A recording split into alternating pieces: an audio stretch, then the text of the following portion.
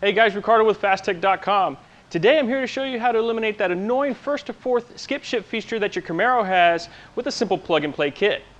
The Camaro has a feature that will have you go from first to fourth gear that is meant for economical driving. This kit will simply manipulate your ECU into thinking that it is locking you out of second gear, but you'll still have the ability to use second gear just like normal. Installation is not going to be difficult, but will require us to squeeze our hands between the transmission and the floor pan to locate the correct plug. The plug you will want to be looking for sits just about the center of the transmission on the driver's side. You will want to be looking for a white connector. This will be the terminal we will be disconnecting and plugging in our Skip Shift Eliminator.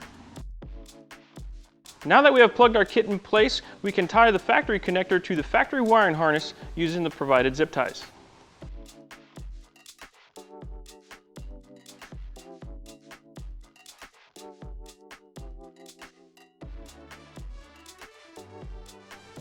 There you have it, guys.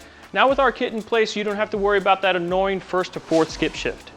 As always, thank you for watching. If you would like any more information about this product, go ahead and click the link in the description. Also, don't forget to like and subscribe for our future videos.